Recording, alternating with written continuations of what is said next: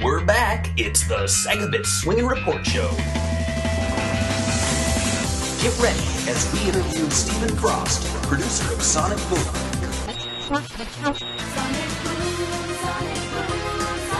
Hello and welcome to episode 56 of the SEGAbits Swingin Report Show. I'm Barry, and joining me is the pudding to my ooh la la George. Hello. And we also have David from Sonic Retro. Hello there. And we'd like to invite our very special guest, Mr. Stephen Frost of SEGA of America, producer of Sonic Boom. Hello, Stephen. Hey, how are you guys doing? Good. Thank you so much for joining us. Oh, my pleasure. My pleasure. Yeah, I just wanted to comment. The big event in New York was pretty impressive. It's probably, I'd say it's probably one of the best rollouts I've seen recently from Sega. Oh, thank you. A lot of people worked hard on that one. It was a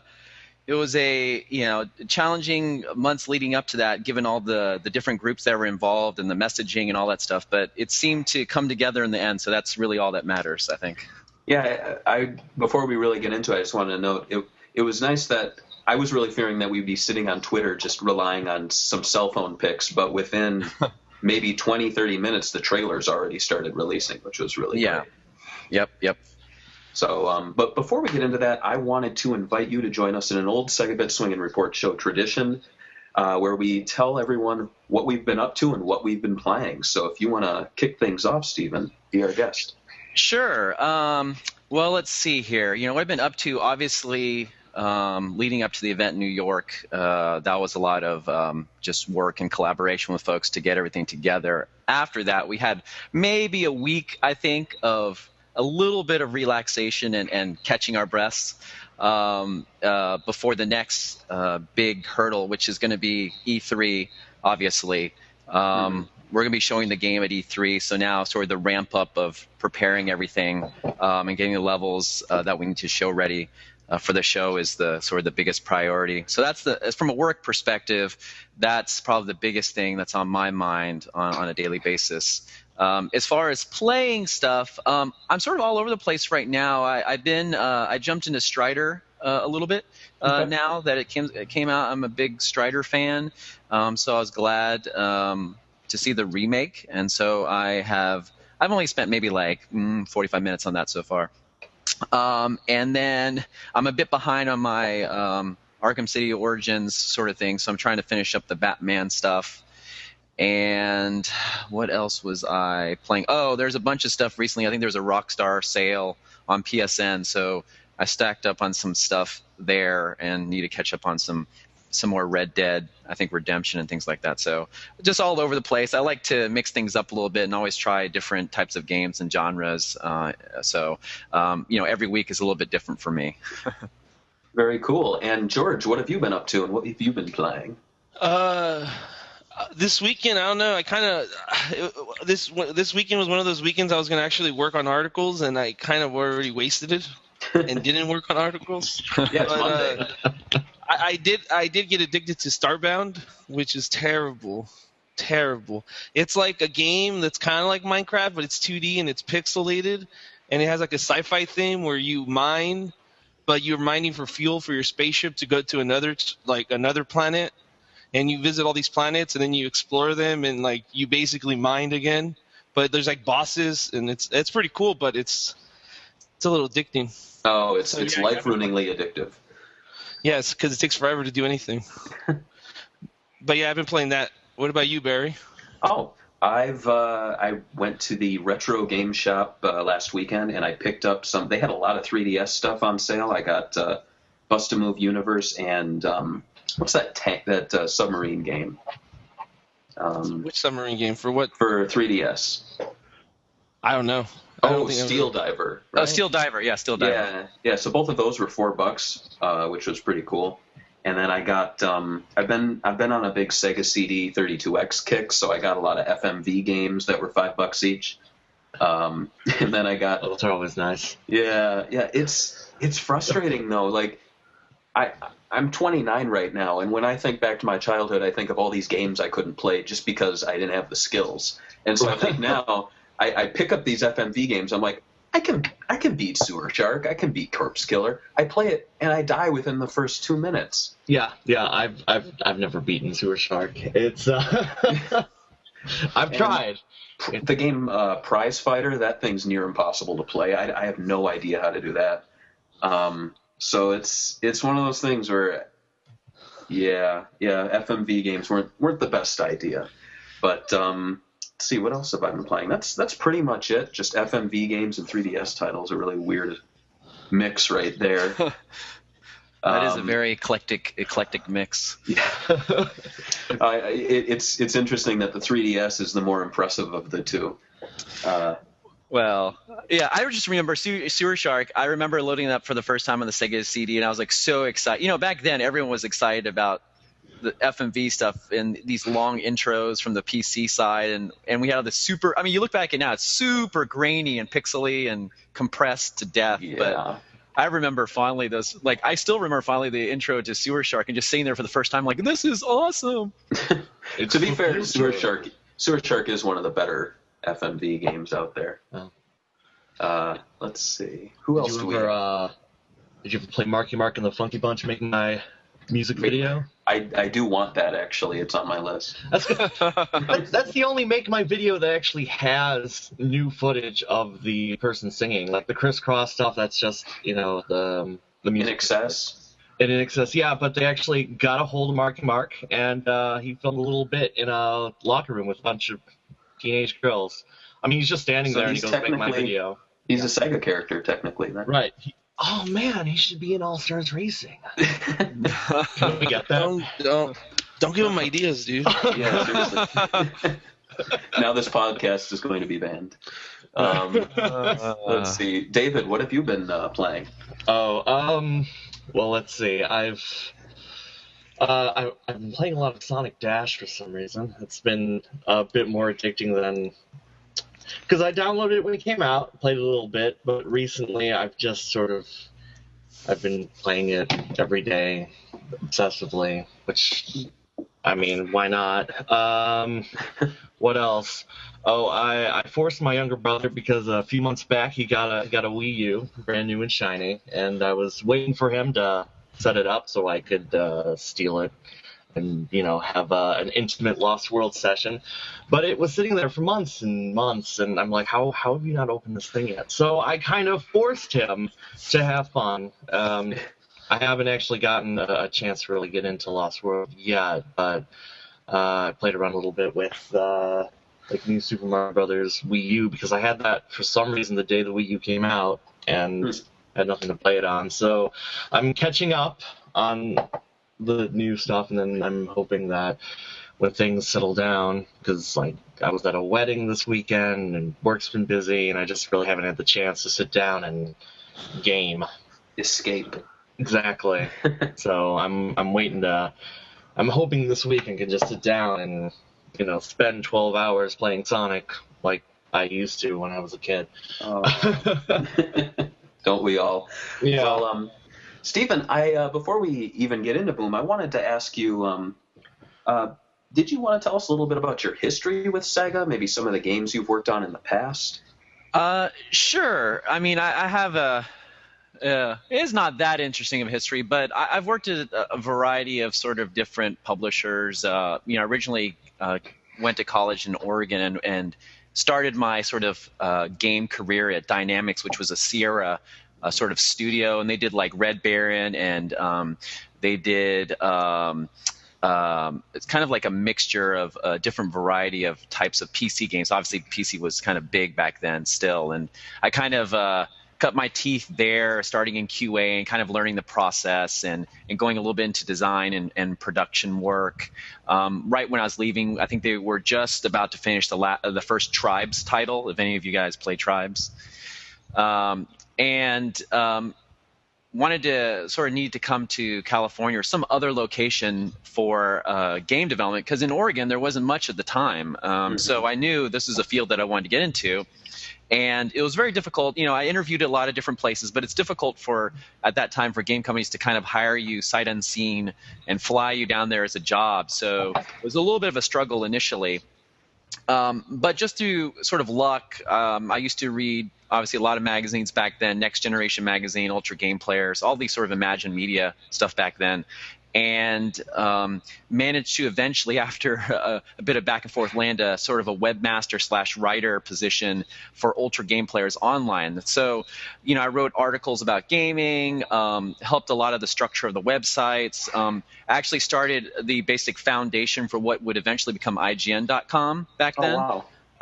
So at that point, before I sort of came in, there were separate sites. So there's like PSX Power and N64, and there's a Sega Saturn website, and they're all separated. And we sort of came to this realization that we need to sort of connect everything together under a consistent theme and banner, and that would eventually spiral and become IGN. At that same time, there was opportunities. I was doing a bit of freelance writing for magazines. We're starting up a new PlayStation magazine called PSM. And so I had a chance to jump over and start up that PlayStation magazine and work there for quite a few years.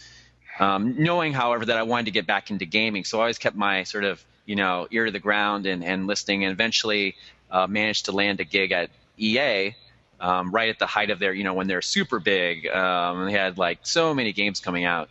And I worked on a couple RTSs there. I worked on Oddworld, Stranger's Wrath, and some other stuff, if you guys know the Oddworld games.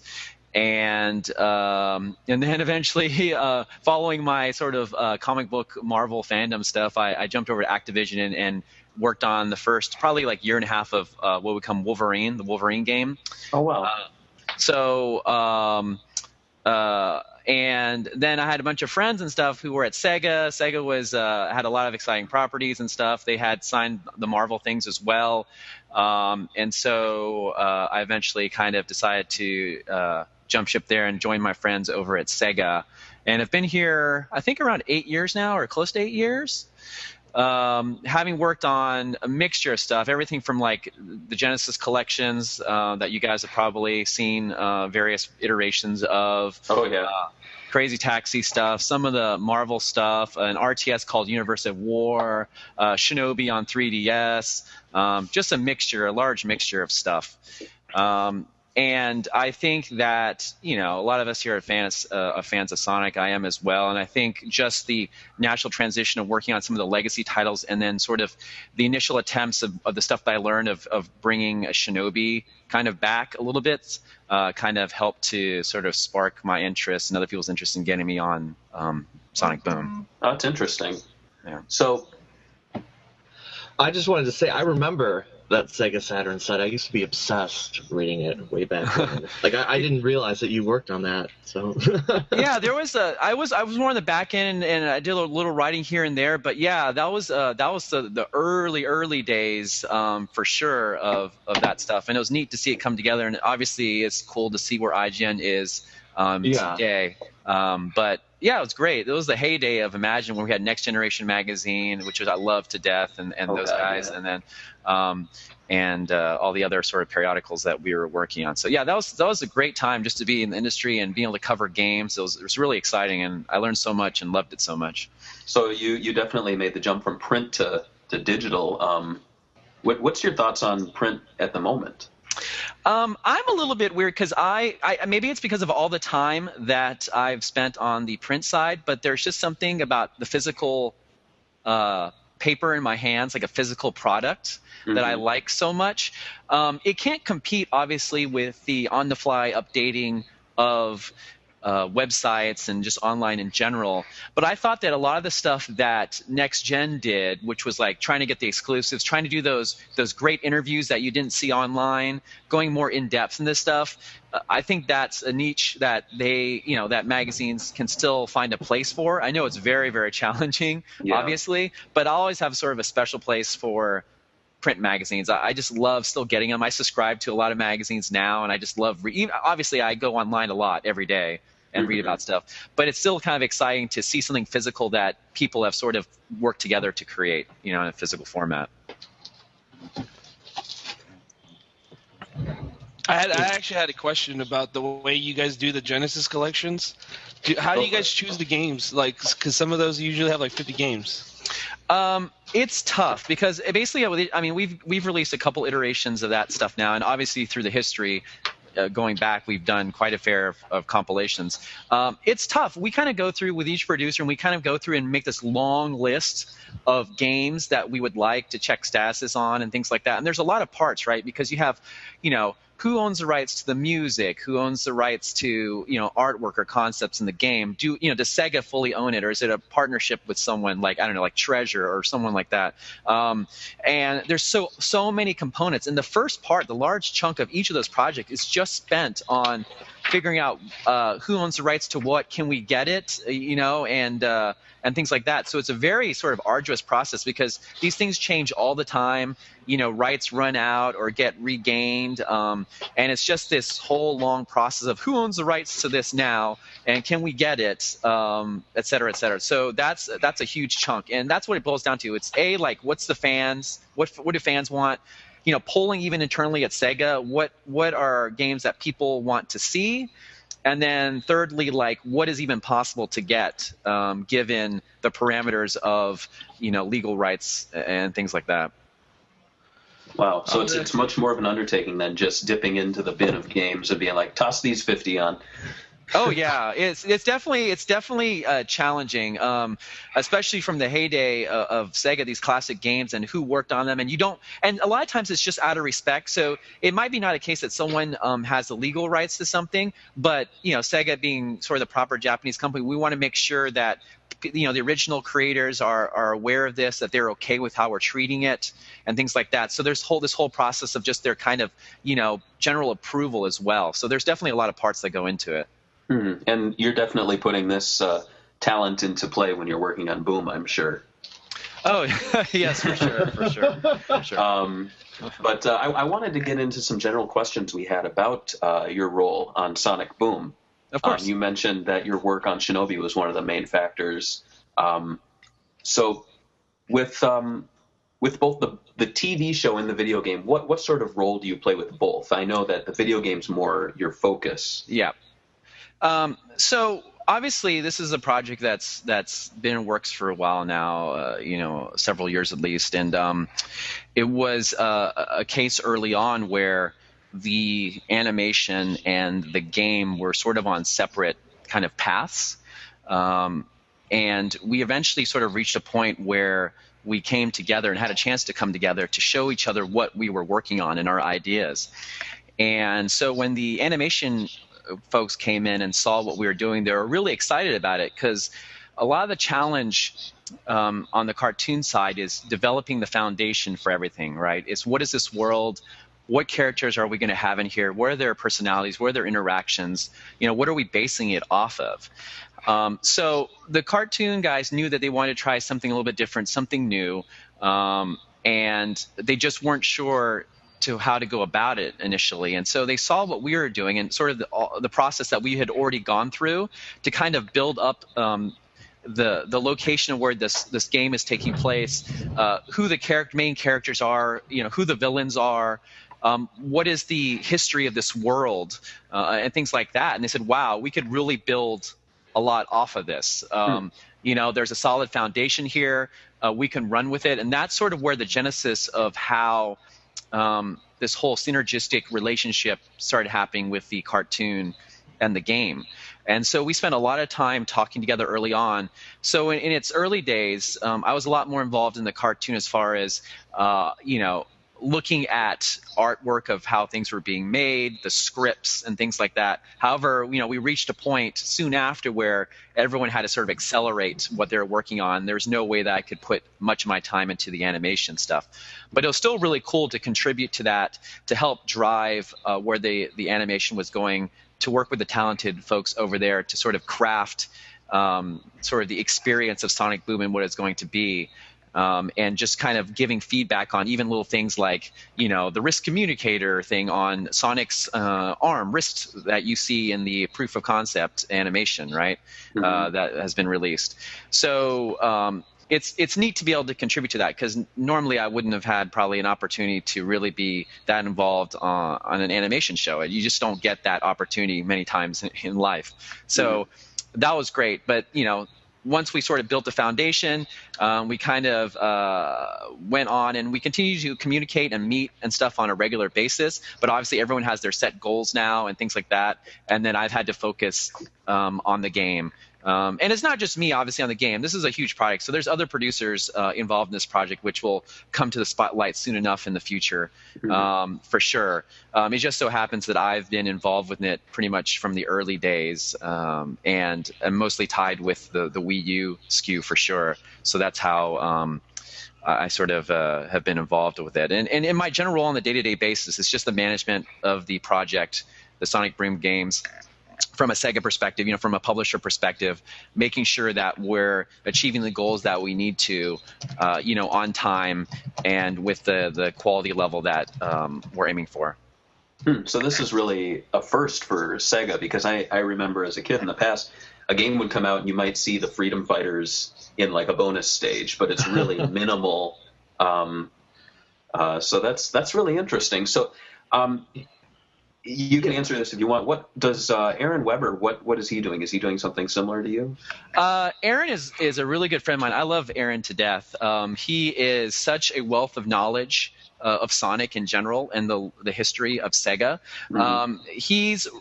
He helps out quite a bit, and I kind of ping him a lot. But he's got a lot of focus on his Hatsune Miku stuff. Right. Quite a bit, but I definitely drag him over whenever, and he's obviously still involved in whatever capacity he can. Like he was the voice of God at the New York event, and so he shows up from time to time, and we try to pull him as much as we can. So I don't know as far as from a marketing perspective as we go along how much involvement he'll be, but he'll be there at all the conventions and all the Comic Cons that we go to and all that stuff. So he's definitely around, and I will always try to utilize him as much as I can. Yeah, definitely. If the guys at Sonic Retro ever have questions, he's the one to point to for the answers. For sure. Yeah, no, definitely. It's Aaron and Sonic Retro has a very special relationship. He's a good guy. I do really love Aaron quite a bit. He's such a positive spirit and amount of energy, and his excitement for Sonic and the Sega properties helps to push everyone along at this company. So that's very cool. Well, I'm looking forward to dealing with you more in terms of the Sonic just goings-ons. So that's really exciting. In the past, I wasn't really sure what you worked on aside from Shinobi, so this is really interesting. How early did production start on the TV show and game? Did one come before the other? They were both. I mean, they were both really when we came together around the same time. I mean, animation, I guess if you had to lead one, maybe started a little bit early, but that was more about the logistics of getting the team together and the production teams and kind of figuring out what they're actually going to do, because there's a lot of pre-production work that begins even before anything starts on that stuff. But I would say they've both been going on for a couple years, and as far as where everyone hit the ground running, I think everyone hit the ground running around the same time frame. So. Okay, so it was always seen as a multimedia project. Oh, for sure. I mean, the times that when I say that we're sort of separating stuff, that was not a very long period at all. I mean, the moment that we sort of came together, we understood the benefits of working together and connecting everything. So for the vast majority of this project, that's been the case. How is Sonic Team involved in the project? What role do they play? So they are, as with any other group, the IP holders, right? They have the vast understanding of the characters. They've been the main guys responsible for the franchise for the last 20-odd years. And so they're an invaluable resource. They consult quite a bit. They help us with every aspect of the game, from the character designs to gameplay suggestions to, little things like, how Sonic, walks or runs and things like that. So they definitely are a key component of this, and I talk with them in some capacity, every day, either through email or VidCons and things like that. So it is a Western sort of run production for sure, but I would be completely remiss if I didn't sort of share how important the Sonic team relationship is. Without them, a lot of this stuff wouldn't have been possible, and just their experience and the things that they've learned have been invaluable for us in the team. And you're also planning on creating toys too, because I know you have a TV show game, and Tomy was mentioned a little bit. We've seen, since I've submitted these questions, we've actually seen photos of the toys. Can you tell us a little bit about your partnership with Tomy? Yeah, that's an exciting sort of relationship, actually. And the first time I actually had a chance to see the toys was briefly at the New York event. They actually, at the last minute, managed to bring some prototypes. And I was, sort of giddy seeing it, because it's really awesome to be able to, having worked on this project for the years that I have, and seeing the transition, the journey of the character designs, to be able to see that in physical form, on a display, was so exciting to me. It was a sort of a surreal moment for sure. With this new sort of direction with Sonic, as far as this initiative, we sort of evaluated all aspects of the partnerships, and that included the toy and the licensing partners outside of toys and things like that. So we looked at everything, and we wanted to make sure that we are sort of partnering up with the folks that really understood the synergistic sort of ideals that we were trying to imbue on this whole Sonic Boom project, and could provide a lot of exciting sort of synergistic qualities as well. So being able to go back and forth and work with those guys, whoever it would be, to craft some toys that were, obviously fulfill the standard expectations of figures, but also kind of take our toy lines to sort of that, if I dare say, that next level of interaction and stuff like that. And we evaluated and talked with everybody, and Tomy was the group that we really loved and felt, at least in specifically for the Sonic Boom side, would be the ideal partner. I don't deal with them so much on a day-to-day basis. That's our wonderful licensing group. But I do get the lucky aspect of seeing sort of the toy prototype ideas and sketches and stuff like that, and kind of providing feedback on that stuff too. But so far I've been really excited to see what they've been working on. The folks that told me that I've had a chance to talk to at New York and other areas seem really, really excited and passionate about this project as well. So hopefully that will come across in all the toys that you see out on store shelves. Well, yeah, we've seen, I believe we've seen all the main characters. I was surprised to see the Eggmobile, or the Eggomatic or whatever, for Eggman, that they're actually making one for the first time. Yeah, we really loved that. And I think maybe just off the basis of, I think people loved seeing it in the animation trailer and stuff like that. And it's such a cool part of Eggman, so it sort of makes sense to finally come out with something like that. And I know David might have seen this too, and you don't need to comment on it, but the photos out there, it's a car, a Sonic car from the Boom line. So we've seen that. I don't know what that entails. To be fair, I mean, Superman had a car, and Superman can fly, but they gave him a car, so I'm not going to say a thing. So I'm interested to see what that's all about in the future. But in reference to the TV show and the video game, are we going to be seeing any human characters similar to Sonic Adventure or Sonic Unleashed, or are we going to be seeing any new animal characters outside of – because I know it's been said that we're going to see other characters from the Sonic universe in the future. Yeah. I mean, I have to be careful how I say this stuff, because I don't want to disappoint people, and I don't want to get people too excited. But what is important to us is, and what people have to think about is, this is a very rich world, and we're trying to build. And I keep saying world and this world, that and world this, but it's really important, honestly. The great aspect of the cartoon and the game and the toys working together is that we can continue to build parts of this world and connect them, whereas maybe one medium couldn't do it all. So being able to explore certain areas in the game and seeing those in the cartoon, or exploring areas that you don't see in the cartoon, and vice versa, things like that, helps to build out this world. And since this world is fairly large, I would imagine that Sonic and team are not the only inhabitants of it. So that goes to show you that, yes, we will be trying to bring back other classic Sonic characters when we can, when they make sense. But I'd also like to, feel that, and hopefully people can think about in their brains, that we don't want an empty world. We want it to be a living, breathing world. What that means, you sort of have to wait and see. But, it is an adventure game. So you're definitely not saying yes or no, but you guys are open to ideas. Yes, definitely open to ideas. And we want this to be a rich world. And, and it's hard to, even from the cartoon perspective, I would imagine that it'd be very difficult to make a cartoon solely based on the relationship between the 4 main characters and Eggman. So, so we'll see. I'm excited. There's a lot of potential there. So. Yeah, even Adventures of Sonic the Hedgehog had to be creative, considering at the time we only had Sonic, Tails, and Robotnik to work with. That would have been a pretty empty TV show.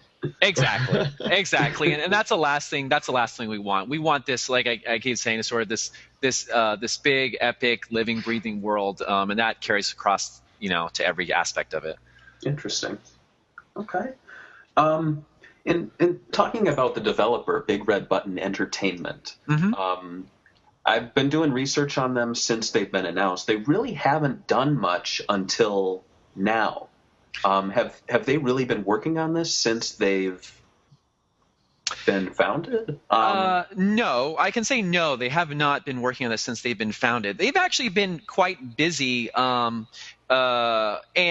you also got to remember that the sort of pre-production early days of this project took a while too. Again, same as to the cartoon side. Before we even really did much on the game, there was a lot of foundation that had to be built in many ways. So our involvement with them has gone back at least a couple years, and what inspired us to work with them, obviously the pedigree of some of the key people there, was also a lot of the stuff that they had worked on previously before that as a studio. And none of it has really been released as a full-fledged project, but there was a lot of exciting sort of prototypes and sort of concepts that they had created for other sort of scenarios that got us really excited about it. That, in conjunction with the various talent that was there, made it a very strong sort of argument for them to be able to handle this character-driven, action adventure title. So it really was the lineup that they had of talent that sold you guys on them. Yeah, I mean, I think it was the potential that, and along, I think, with the twists of the stuff that they had shown us before. They had their own sort of Big Red Button twist on, other established genres and things before. And as we were doing sort of our own little twist on Sonic Boom, that was a key component too, that they could think outside of the box and not necessarily conform to just the standard sort of stereotypical things that you'd expect in specific genres. Mm-hmm. Interesting.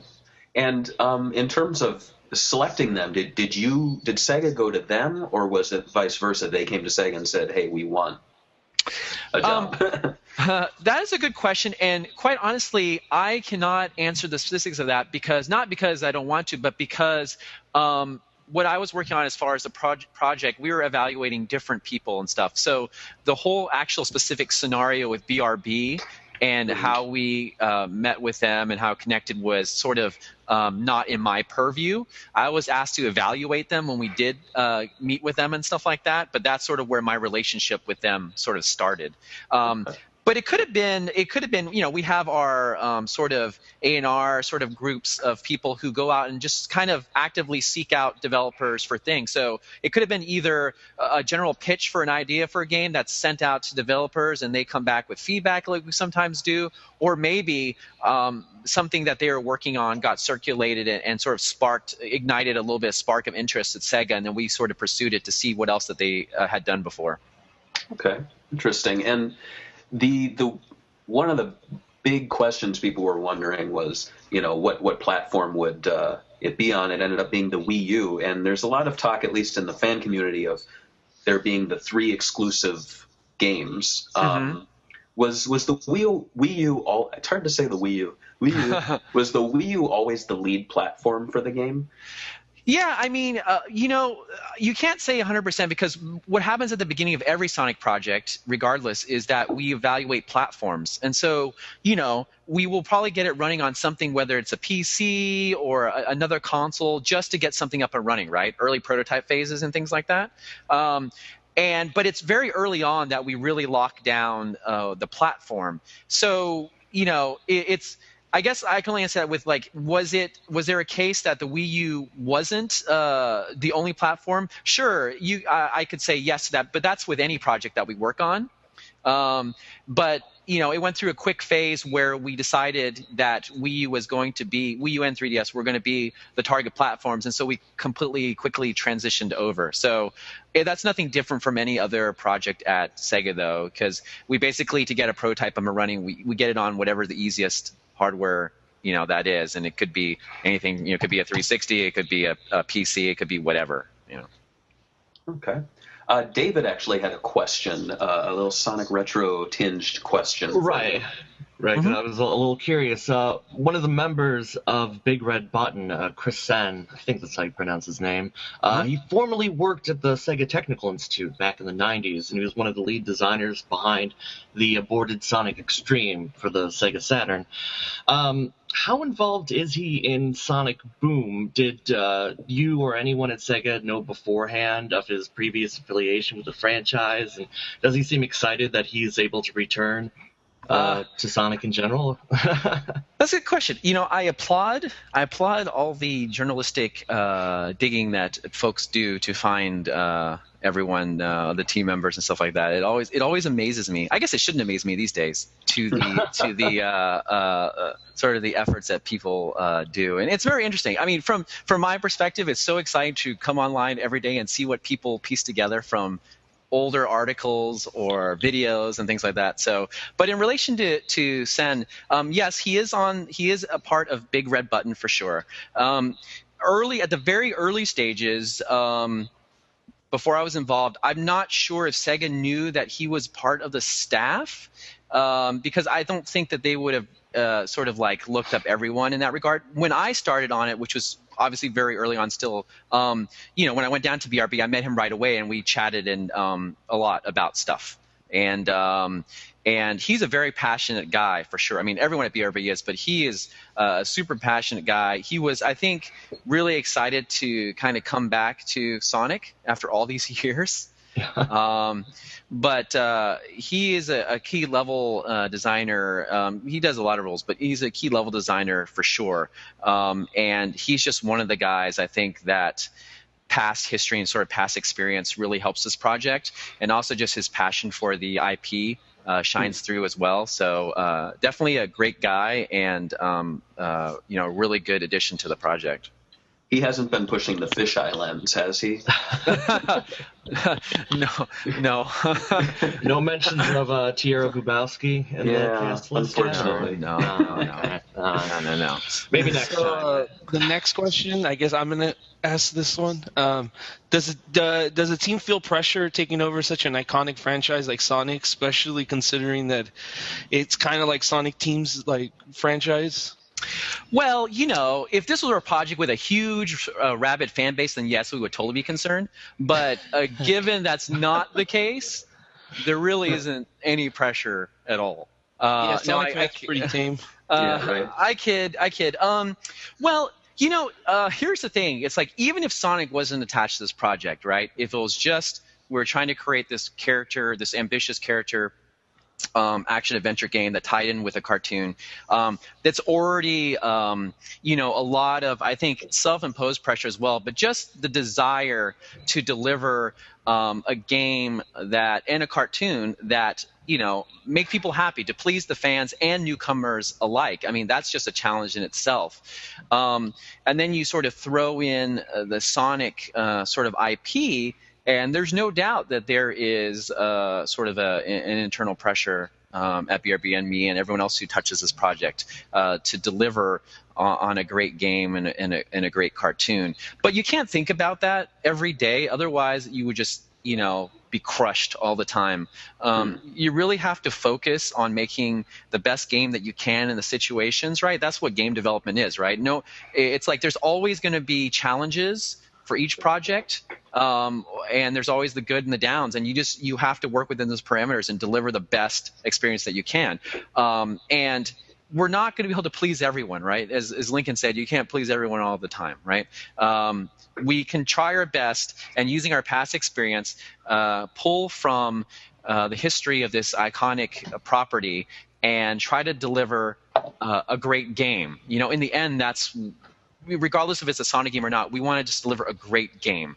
The fact that it has Sonic in it and is awesome for sure, and we want that to come through in the experience. But we can't think about it on a daily basis. We just have to focus on making the best product that we can, and that's what we do every week and every day when we address these problems and we have these discussions.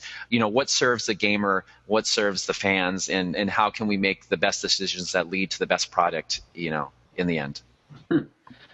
And talking about the history of Sonic, what's your favorite Sonic game, and are you incorporating any ideas from those games into Sonic Boom, or is this like entirely fresh? Well, it would be I think lame of us to not consider aspects of the rich history of Sonic. So, you know, we again early on and throughout this process really looked at and evaluated all the major Sonic titles. I still pop in Sonic titles on a daily basis just to reference something or to think about something, to see if it makes sense or not. So it was important. But the phrase that we sort of throw around a lot, and I don't know if you know, people use that much externally, but is familiar but new. That's sort of one of the mantras for us, in that we want you to, Sonic fans at least, to come into an area and do something and say, wow, you know, this seems familiar. This seems, it reminds me of something. But then there's also a new twist on it. And I think that short phrase really sort of pushes us in each area to deliver that. And I guess that's the easiest way to sort of sum it up. So yes, we certainly bring ideas from the past Sonic titles along with new ideas, but we always, even if we take something that's kind of established in the past in previous Sonic titles, we want to do some sort of twist or spin on it to make it feel fresh again. With the game, it's been described as a prequel to the TV show. Does this mean we can expect to see the game released before the TV series? I wouldn't say that's necessarily the case. You know, the game does take place, if you were to say sequentially in a timeline, it would take place before the game, but that doesn't necessarily mean that it has to come out before, right? I mean, it's self-contained in its own way. And while stuff that happens in there will certainly help and reflect on the animation, it's not a necessary thing that you need to watch, or sorry, need to play the game before you watch the animation. That's not our goal there. It's just in the timeline perspective that the events that take place in the game happen before the cartoon takes place. Interesting. Okay. It's because, yeah, I remember the trailer, especially for the game, there was a lot of like exploration or discovery, at least in what the characters were talking about. So yeah, for sure. And I think it's the case where, you know, we have this long sort of adventure and we're going to be showing you a lot more of this world. So I guess it's sort of a teaser for the cartoon in many ways. It's going to build your foundation for the cartoon. Mm-hmm. I think so. In that way, I guess being a prequel helps out as well. But I don't think that, you know, if you were to start watching the cartoon before the game, I don't think you're going to miss. You know, it's not like there's this missing component that you're like, why is this thing missing? And then you play the game, you're like, oh yeah, no, it's not. It's not really like that. Okay, well, that's good. I definitely hated when the Matrix did that with the video game and the Matrix sequels, where you really needed one to understand the other. It's always frustrating when. Yeah, no, definitely not. It will just help you to understand, sort of, I think, the journey of the characters and Eggman and things like that. You know, there's a sort of a journey that they go on in this game, which I think helps to paint how they act and sort of their relationship with each other in the cartoon. Oh, okay, cool. And David, you had a question? All right.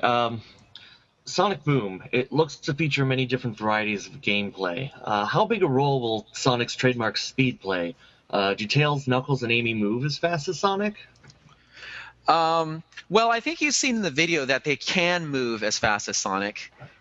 So I will say that there are certainly situations where they move almost as fast as Sonic. Generally, I would say that Sonic is still always in front unless there are certain situations that prevent that. Mm-hmm. But all I can say is that they can at times achieve the same level-ish of speed as Sonic. And that's not to say that they always can, though. Okay. That's interesting. George? Do I have to, my question's the next one? Yes. Sorry about that. Oh, that's all right. I didn't know we were taking it in order. Oh, yeah. And I don't even have the question up, see? Oh, I'll ask it then. Will musicians from Sega or Sonic Team be assisting in the game's music?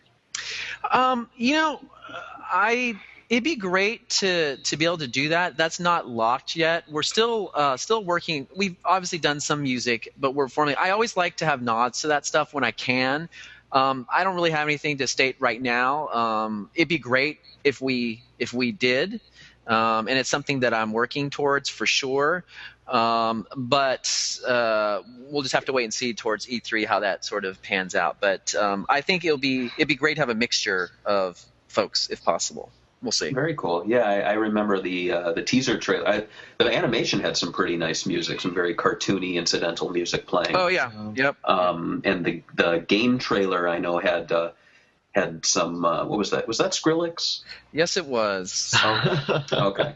That was the amount of feedback on Skrillex alone was impressive. I was amazed at that. Yeah, I called my girlfriend. I was like, hey, guess what? Skrillex is in the trailer to the next Sonic game. She was like, oh, well, that's nice, and then that's where her interest ended. Well, all I can say to that is with every trailer, whether it be a game or movie or TV show, just because a certain music is utilized in it doesn't necessarily mean that it's always in the game. I mean, it might be, right, but that doesn't necessarily mean that. It's just to convey a tone or an idea behind the concept of the trailer.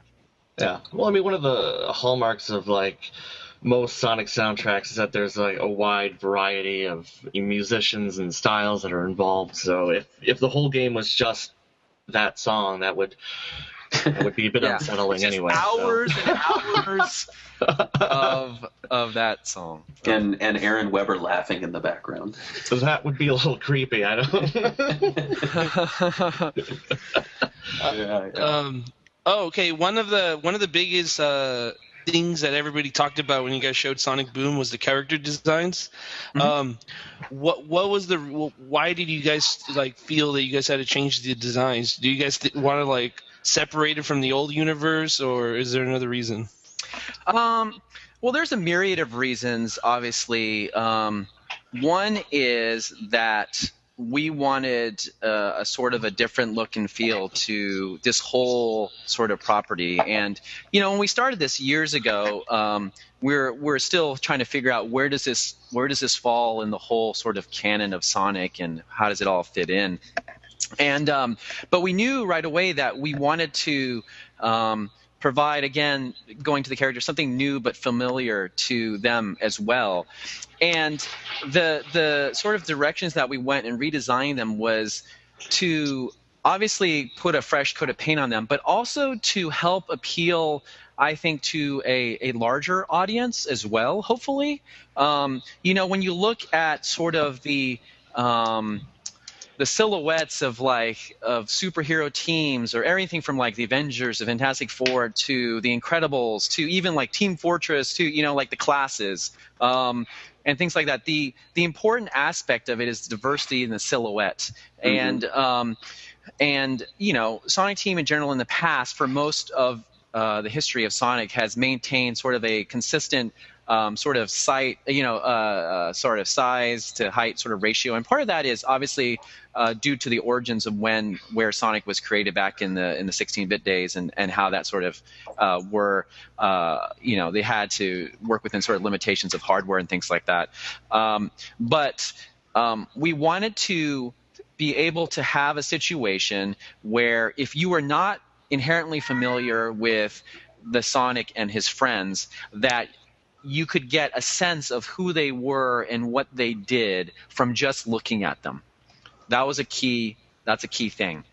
And so, along those lines, we wanted to make sure that these changes were not overtly extreme for no reason, because we know, and we were expecting it, that when these guys were unveiled, that the Sonic fan base was going to be very split on it. There was going to be a lot of passionate people who didn't understand what we were doing, and there were other ones who did and adopted it. But I was happy to see that while there's still sort of questions about it and uncertainty, that given the few days or a week after the event and people had more time to spend with the designs, I think they've come to, for most of them, have come to sort of understand why we did it and be okay with it.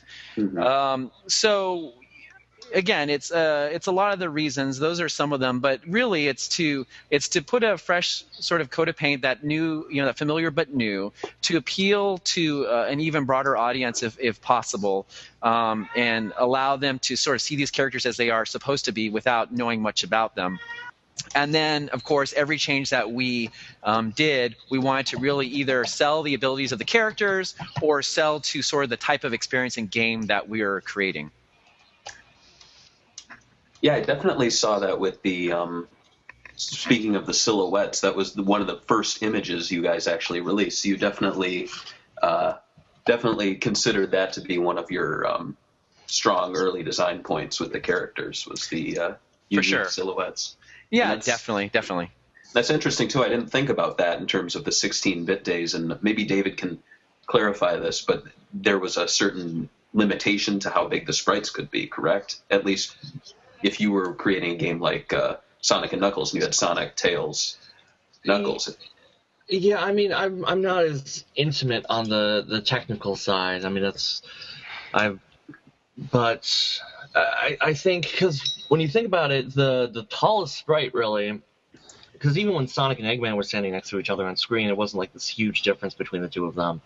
Even though, like, in the art, Sonic's supposed to be half the size of Eggman, and I think Vector was probably the tallest sprite, and that was in 95, and that was on the 32X. But, I mean, I'm not as intimately, like I said, familiar with the specifics there, because that's not my side of things. That would maybe, like, Mark would probably be better at answering that, or even Scarred Sun might know better, but I'm just So I can't be too much help there. Yeah, no, and I wouldn't boil it down to just technical limitations for sure. I mean, I'm just sort of stating that there are choices that were made based off that, and I mean, Sonic was, he was designed to be a character in line with Mickey Mouse and Felix the Cat, and then their cast of characters are usually more, pretty standard.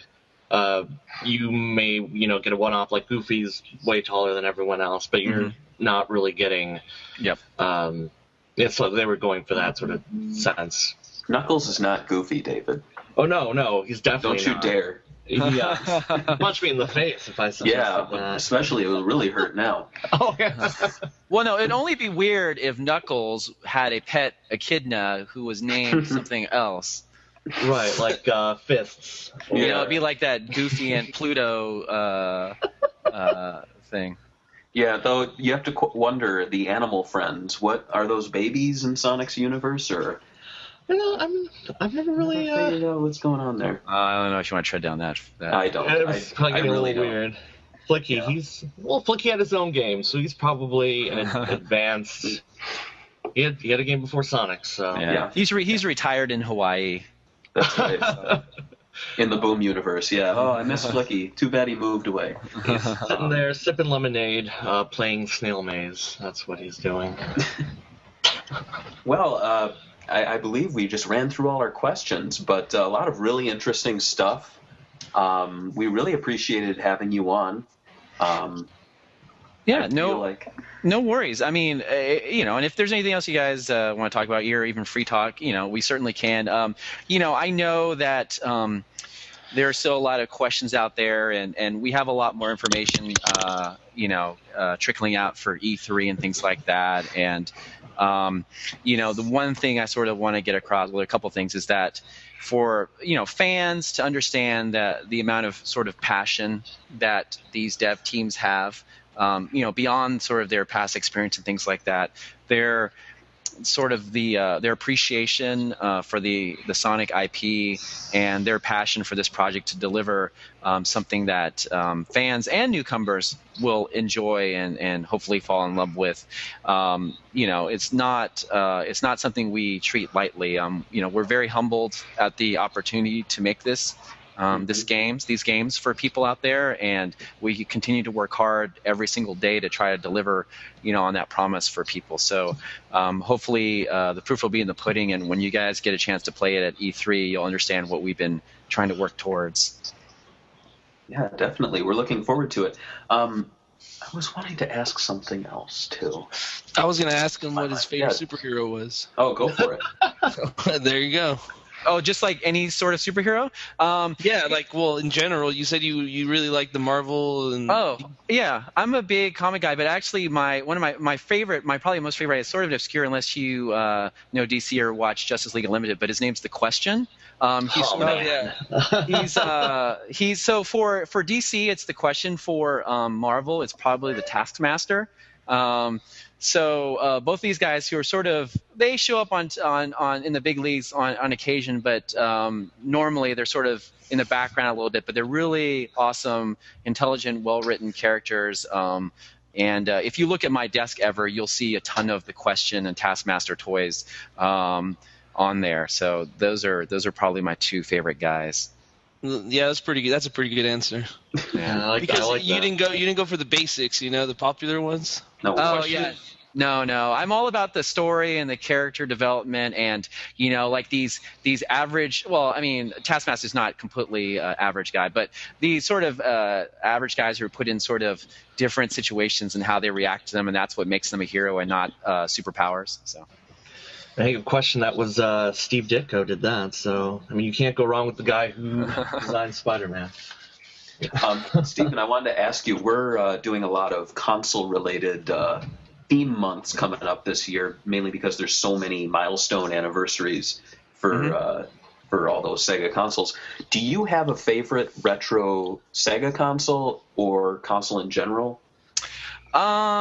I'm a big I have a lot of consoles. I'm a big sort of hardware kind of geeky guy, and so I try to get the consoles and handhelds and just weirdness and stuff like that. So I like a lot of systems. I mean, the top ones for me actually are even outside of, like the Neo Geo CD is a huge one for me, over even like the cartridge-based ones, and weird handheld stuff like the Wonder Swan stuff, if you guys ever did any of the Wonder Swan things or of those games. But if I had to choose one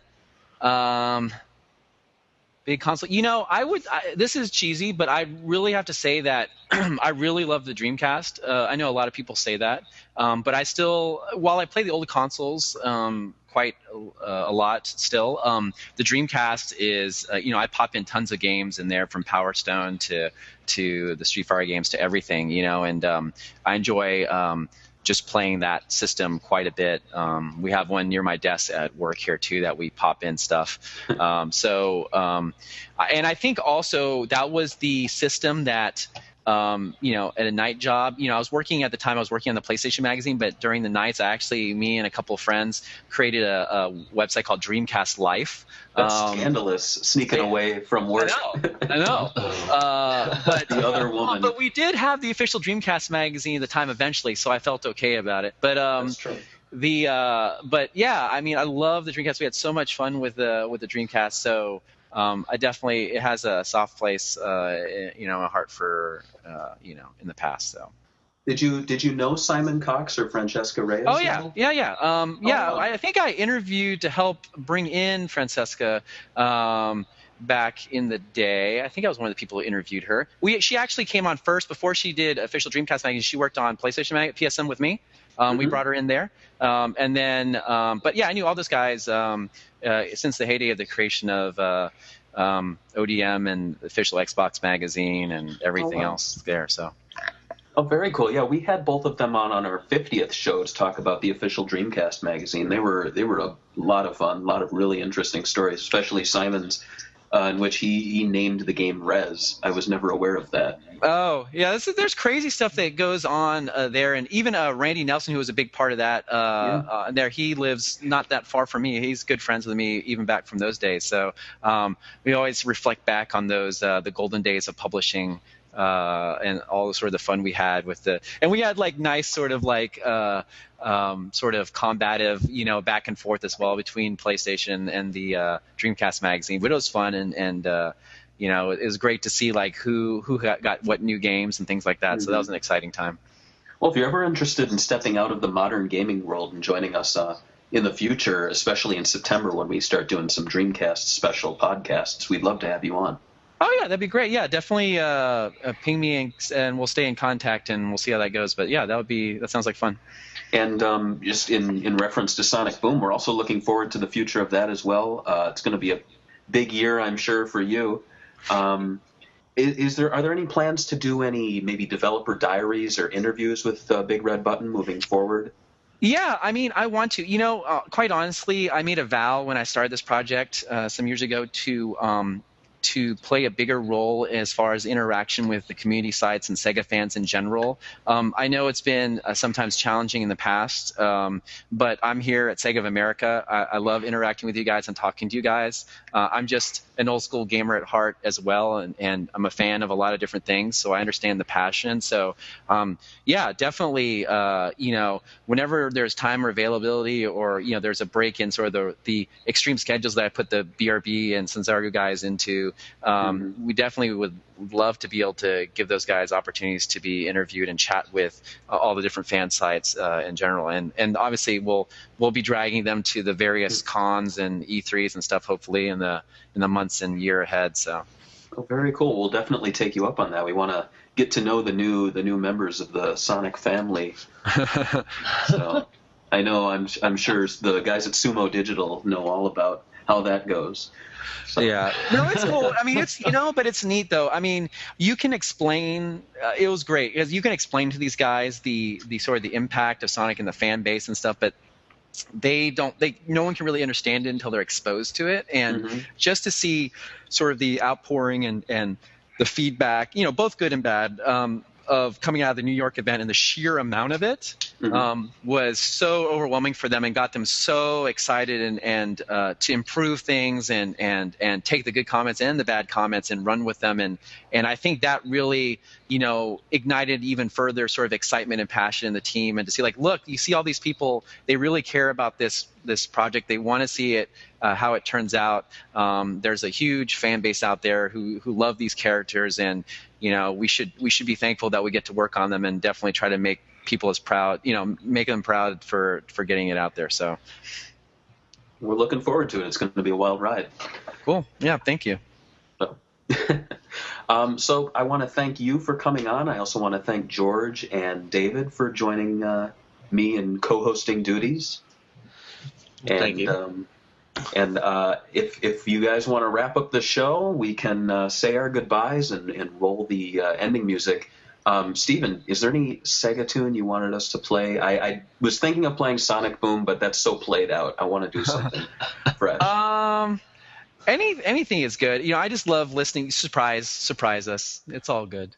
Okay. He's going to put Sonic Boom, I know it. It's a fake out. It's going all right. Well, George, do you have any updates on what people can expect in the next episode? I know you had some plans. We have a plan, but I've been emailing somebody, but it's not confirmed, so I guess we can't talk about it. Okay. Well, just to remind everyone, the Sega Tomo Mobile iPhone case contest ends on the 28th. I'll be pimping that out for the next few days so we get some more entries. Lots of really interesting photos so far, especially this guy who has like every single European Sega game. That kind of scared me. I didn't. On one hand, he deserves a win. On the other hand, I think he has enough stuff. Yeah, But, I know that's impressive though. Yeah, definitely. So, but let's finish off the show. So thanks for joining us, and we'll see you guys again soon. Thank you. Bye.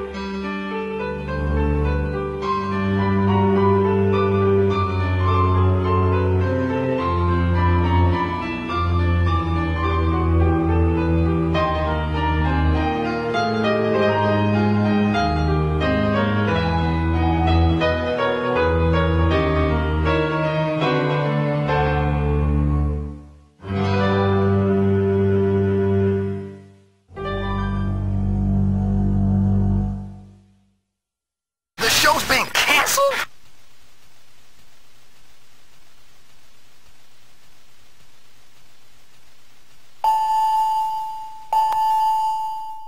Tell her we'll call her.